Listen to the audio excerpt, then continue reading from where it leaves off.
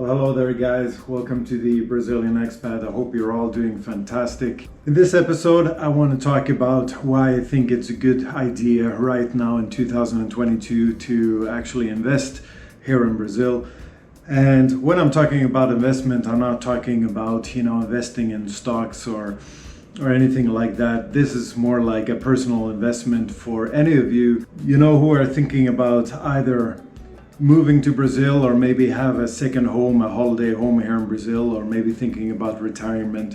So it's more like a long-term personal investment. And I just want to cover a few points as to why I think now is probably the best time to actually make a move and buy any sort of property or maybe even start a small business here in Brazil. So for those of you who don't know me, my name is Andreas Bachmann. I've been living here in Brazil for roughly 16 years and I live here in the northeastern part of Brazil, close to the city of Fortaleza. I do run a small bed and breakfast in a town called Paracuru, which is roughly 1 hour drive just north of the city of Fortaleza. Now the whole reason that I started this channel is solely because I want to help you guys out who probably have the same dream that I had 16 years ago, coming here to permanently move to this part of the world and maybe make a living out of it, start a small business. Or if you're up in the age of retirement, then this is a great place in my opinion to retire as well. Brazil being Brazil, there's a lot of pitfalls along the way. There's a lot you need to learn, a lot you need to know when buying property or setting up a business. It's not really a straightforward thing. It's not something that we're used to back home, being in the US or in Europe or anything like that. Things are a little bit complicated here. There's a lot of bureaucracy and a lot of stuff to keep in mind. And just to make the process a little bit easier, when I set up my business down here in Brazil, I always wished that I had this sort of channel or somebody that I could talk to that could give me these tips and ideas and help me out, along the way. But unfortunately, I had to learn the hard way. It's been a long road, it's been a struggle, but I can honestly, hands down say that today my business is thriving. And of course, there's always, some issues going on, but I've managed to iron out most of them, and I think as of today the business is very healthy and is actually doing great. Now guys, please, before I kick off this video, it's very important for you to note that I am no professional by any means in economy or in investing or any sort of stuff like that. So this is what I'm going to tell you is solely based on my personal experience in my 16 years living here in Brazil. And you should take all my advice with a grain of salt. You should always do your own research, of course, but I just want to give you a little bit of my point of view and how I see the current scenario here in Brazil at the moment. And another thing that is very important to keep in mind is that Brazil is a huge country. So what I'm talking about right now in this video, it really mostly relates to where I'm located up here in the northeastern part of Brazil. Brazil is very divided, when it comes to resources and, just GDP in general, where the riches are, quite divided, down south. The southern part of Brazil is, seen as the most industrial, the richest part of the country. And of course, up in the northeast where I'm located, it is a little bit more limited in terms of investment opportunities up here in the north. That's just my opinion. However, I think that this video, most of you who are watching this right now are probably thinking about okay, either relocating or want to buy some property, or maybe want to start a small business like I have, or like I said, maybe even retire. And I think that, if that is your case, then I think there are, golden opportunities as of right now, up here in the northeastern part of Brazil. So I'm gonna cover, that area up here. So my first point that I'm gonna jump into, and this covers the entire country of Brazil. This is totally relevant if you live down in the south or up in the north or wherever you live. And that is the Brazilian currency, which is at its weakest point in history at the moment. And of course, that will benefit any of you who have saved up, any amount of cash, either in US dollars or euros, or, maybe any other of these major currencies. 10 years ago, one US dollar would give you roughly 1 real and 80 cents. And just by comparison, you currently get 5 reais and 60 cents for 1 US dollar. So it's just like quadrupled, in the last 10 years. And of course, this benefits you because not only you can say that the property prices have risen here in Brazil steadily over the last years, but of course, the inflation and everything else, especially with the currency, it far surpasses that. So, for us foreigners, property prices have gone down significantly. If you do any sort of purchase in either US dollars or euros, property has never been cheaper to buy property or land or anything else, real estate.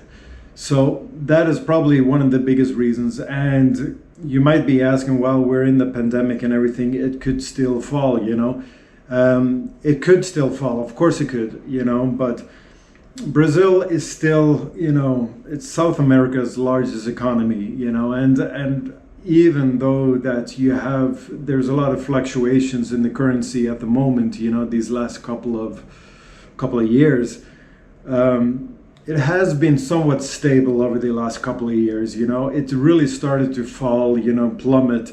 That was, of course, after the oil crisis, when the oil price fell, and also you had the national oil company, the Petrobras scandal, and then you also had, with the impeachment of our president Dilma Rousseff. So you have had all of these events, and all of these had contributed, to the fall of the real. And of course, the pandemic hasn't really helped a lot, but it's been mostly stable these last couple of years. And what I personally believe is that when the pandemic is over and maybe the world, sort of, comes back to normal again, with trade and everything that comes with it, I expect the Brazilian economy to grow, and I expect the Brazilian real also to strengthen, over the coming years.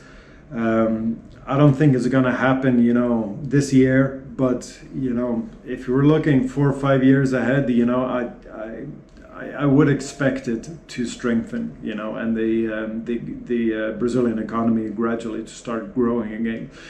And of course, that is also a solid reason that I think that right now would be a good time, if you want to buy a home or a piece of land or maybe even start a business, then now would be the time, because you get a lot of Brazilian real, you get a lot of property for your dollars or your euros.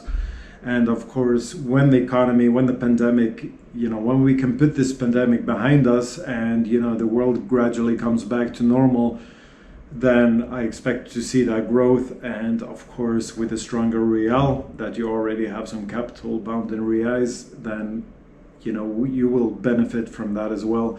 So that is also the reason why I'm talking about, I'm not talking about the stock markets or, this is going to be a personal long-term investment. And I think that just because of the weak currency, now is an excellent time to come in and purchase property here in Brazil. Another thing that I want to talk about, and my second point here, this is more related, or by my experience at least, up here in the northeastern part of Brazil. And just before I go ahead, I just want to talk a little bit about my business and what's been going on here, because my second point has to do with tourism, and especially here in the northeastern part of Brazil. Ever since the pandemic started, we have had 2 lockdowns here in Brazil, basically.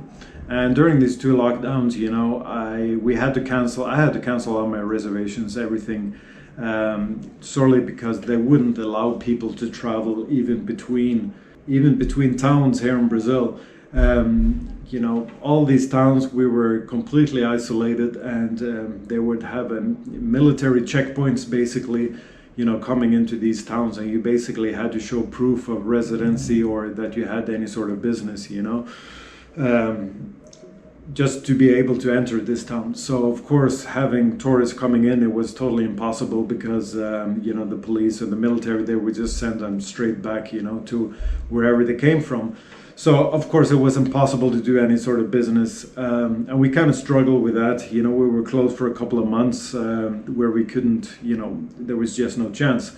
The government, they helped out a little bit, so we didn't have to, lay off our staff, So the government helped out a little bit with financing, but it was just minuscule. It didn't really help out a lot, but of course anything helps, I guess. But anyways, I was fortunate that I do have other business abroad in my hometown, home country of Norway. So I have some business there. So I was able to go back to Norway, work, and keep this my bed and breakfast alive and kicking during this pandemic and this lockdown. But the funny thing is that after the lockdown, after people were getting vaccinated, they started gradually to open up again the country.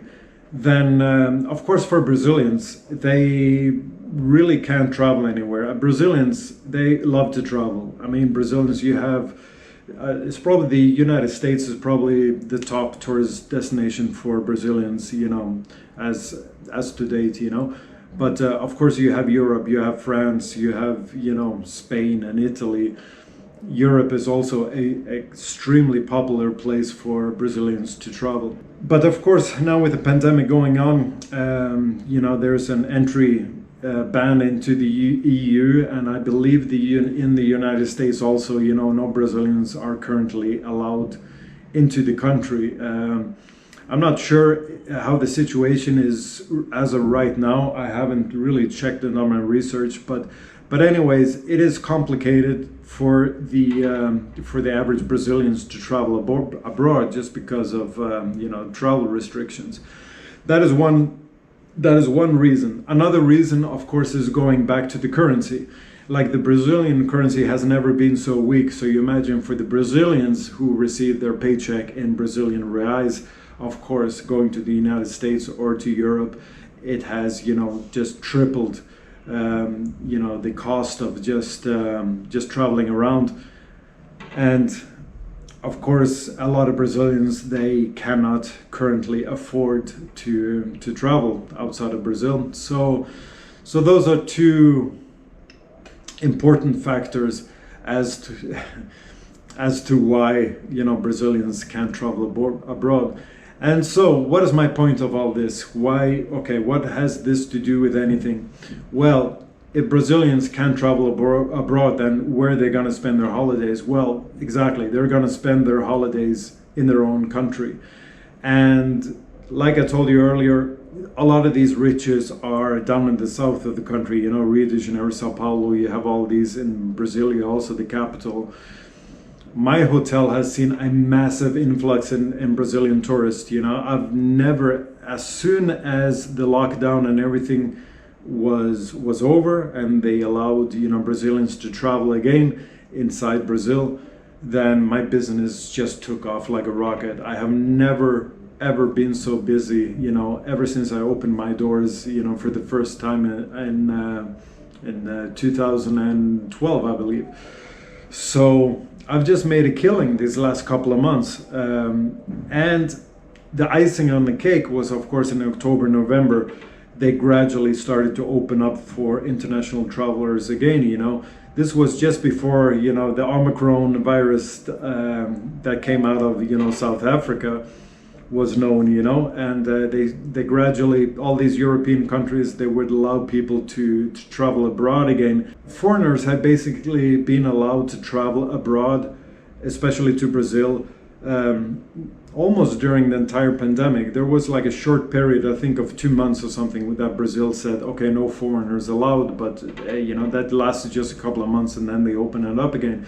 The problem is, for us Europeans traveling abroad, is when we come back that we had to do, we had to quarantine. So that basically means if we have 4 weeks of holiday, it's basically cut in half, because as soon as we come back, we basically have to do 10 or 14 days of quarantine. And as this vaccination process came along, now a lot of these countries that would allow you, as soon as you can show a digital certificate, vaccination card, then that you're vaccinated, then you didn't have to quarantine anymore. And of course, this also helped, because a lot of people, they took the opportunity, just to start traveling again. So in the months of October, November, the icing on the cake, of course, I was already very, very busy with all my Brazilian tourists. But then I actually, along came the international tourist also. So basically, I guess it's kind of ironic, but anyways, it's like, in these pandemics, and they say with war as well, it's, of course, it's basically misery for most people, but there is always somebody who will benefit. And of course, in this case, it was me that really benefited from this pandemic and just the situation, But anyways, regarding the international tourism, unfortunately, along came this Omicron, and as well as they started to open up the countries again, cases started rising immediately, and things kind of slowed down. So come December, you kind of saw the international tourism disappear again, unfortunately. But the national tourism, the Brazilians, they keep on coming. And, December, I broke all records in December. I never made this much money before. And it's, of course, it's marvelous. I'll take anything I can get. January also looks very promising, but then of course February, but usually that's when we see a dip, especially after the carnival, which, by the way, has been officially cancelled because of the pandemic, so they don't want to have the carnival this year. I don't know about the South, all of these, it is really up to the municipalities, of the different cities if they want to go ahead with the carnival or they want to cancel it. But the latest news is from Paracuru, the city where I have my business, is they want to cancel the carnival this year. Also here in Fortaleza, New Year's as well. Yeah, they always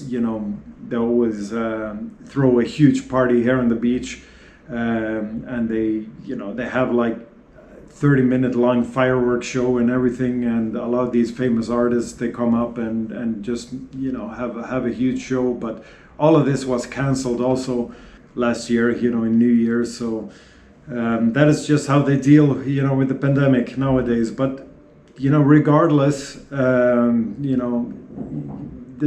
Northeast, it still draws a lot of tourism, and like I said, you have all these wealthy Brazilians down from the South, and they like to come up here to the Northeast, and spend their holiday. I mean, you can almost relate it to the US, if you look at, the Americans up at the North, it's cold, it's miserable, and they want to spend a few weeks in the sun, so they come down to Florida.